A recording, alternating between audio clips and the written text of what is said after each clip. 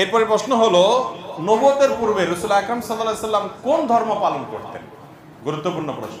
নবুয়তের পূর্বে আমাদের প্রিয় নবী সাল্লাল্লাহু আলাইহি সাল্লামের ধর্ম কি ছিল? যদি বলেন যে কোন ধর্ম অনুসরণ করতেন না, তাহলে নাউজুবিল্লাহ, উনি কি ধর্মহীন ছিলেন নাকি? উনি নবী হয়েছেন কত বছর বয়সে? 40 বছর বয়সে। তাহলে 40 বছর বয়স মানে তো জীবনের মূল টাইমটা প্রায়। তো এই 40 বছর পর্যন্ত উনি নিজে তো নবী ছিলেন না, উনি নবী হয়েছেন তারপরে। তাহলে 40 বছর পর্যন্ত নবী হওয়ার আগে তার ধর্ম কি ছিল? এর উত্তর হলো যে আম্মা জান আয়েশা রাদিয়াল্লাহু তাআলা আনহা বর্ণিত হাদিস, যেটি বুখারীতে আসছে, মুসলিমে আসছে, তিনি বলেছেন যে কান নবী সাল্লাল্লাহু আলাইহি সাল্লাম ইয়াখলু বিগার হিরা ইয়াতাহান্নাফ ফি। নবী সাল্লাল্লাহু আলাইহি সাল্লাম নবী হওয়ার আগে হেরা গুহায় গিয়ে ইবাদত বন্দেগী করতেন। ইয়াতাহান্নাফ এর তরজমা ইবনে হাজার আসকালানি মানুষ অনেকে বলেছেন ইয়াতাহান্নাফ, অর্থাৎ ইব্রাহিম আলাইহিস সালামের যে দ্বীন হানিফ ছিল, ওই দ্বীন হানিফের উপরে তিনি অটল থাকতেন, অবিচল থাকতেন। সমাজের বিভিন্ন অপরাধ, এগুলোর যে আপনার কি বলে এটাকে, এগুলোর যে ছোঁয়া, এগুলোর যে আঁচ, এগুলো নবীজি সাল্লাল্লাহু আলাইহি সাল্লামের গায়ে তিনি লাগাতে দিতেন না, বরং তিনি হেরা গুহায় গিয়ে আল্লাহর ইবাদত বন্দেগী করতেন। ইব্রাহিম আলাইহিস সালামের যে মিল্লাত ছিল, মিল্লাতে ইব্রাহিমী যেটাকে বলা হয়, এই মিল্লাতে ইব্রাহিমের উপরে নবী করিম সাল্লাল্লাহু আলাইহি সাল্লাম ছিলেন। তাহলে তার নবুয়তের আগের যে সময়টা, এই সময়টাতে তার যে দিন ছিল, এটা ছিল দিন ইব্রাহিম। কোন দিন ছিল? তার বাবা পূর্বপুরুষ ইব্রাহিম আলাইহিস সালামের দিন এবং মিল্লাতের উপরে ছিলেন, এবং সেই মিল্লাত, সেই আকীদা এবং সেই ইমানের উপরে থেকে তিনি গারে হেরায় গিয়ে আল্লাহ তাআলার জিকির, আল্লাহর স্মরণ, দোয়া করতেন। নবী করিম সাল্লাল্লাহু আলাইহি সাল্লাম মক্কায় জন্ম হয়েছে, তার মক্কায় বড় হয়েছেন, 40টা বছর নবী হওয়ার আগ পর্যন্ত এখানে কাটিয়ে দিয়েছেন। আল্লাহ রাব্বুল আলামিনের নবী হওয়ার একটা প্রমাণ এটাও যে 40 বছর একটা সমাজে একটা অন্যায় এবং শিরকের সমুদ্রের মধ্যে ছিলেন, কিন্তু শিরকের এক ফোঁটা পানি, কাদা, ময়লা, নোংরা কোনো কিছু তার শরীরকে, তার ব্যক্তিত্বকে, তার আমলকে, তার বিশ্বাসকে এক মুহূর্তের জন্য স্পর্শ।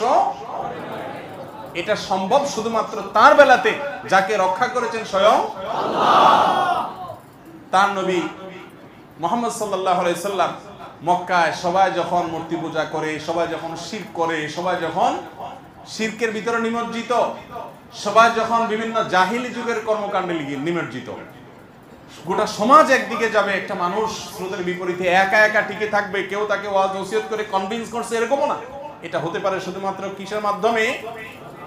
আল্লাহ তাআলার হেফাজতের মাধ্যমে। তো নবী হওয়ার আগে তিনি মক্কার মানুষদের এই শিরকপূর্ণ যে দিন, এটার অনুসারী ছিলেন। তিনি ছিলেন ইব্রাহিম আলাইহিস সালামের মিল্লাতের কি ইমাম আল্লামা আলুসি রাহমাহুল্লাহ সহ বিশ্ববিখ্যাত মুফাসসির, মুহাক্কিক, উলামা ইকরাম এই কথাই বলেছেন যে তার আগের যে জীবন ছিল অ্যানালাইসিস করলে দেখা যায় যে তিনি দ্বীনে হানিফের উপরে ছিলেন। তিনি যদি নিজে নবী হওয়ার আগে এক মুহূর্তের জন্য অন্যদের দেখা দেখি বাচ্চা কালেও যদি অন্তত শিরকের কাজ করতেন, নাউজুবিল্লাহ, তাহলে শিরকের বিরুদ্ধে তিনি যখন তাওহীদের দাওয়াত দিয়েছেন, মক্কার মানুষ বলতো যে তুমি নিজেই তো একসময় করতা, ঠিক না ঠিক? কিন্তু অমুসলিমদের রচিত কোনো নবীজির জীবনী গ্রন্থেও এরকম তথ্য পাবেন না যে মক্কার কোনো মানুষের বুকের পাটায় বল ছিল যে নবীজিকে বলবে যে তুমি নিজেও করেছো। কারণ তিনি শিশুকাল থেকে সবাই শিরকে নিমজ্জিত থাকলেও, বা বেশিরভাগ মানুষ নিমজ্জিত থাকলেও, তিনি কিন্তু আল্লাহর অশেষ অনুগ্রহে সেফ ছিলেন, নিরাপদে ছিলেন।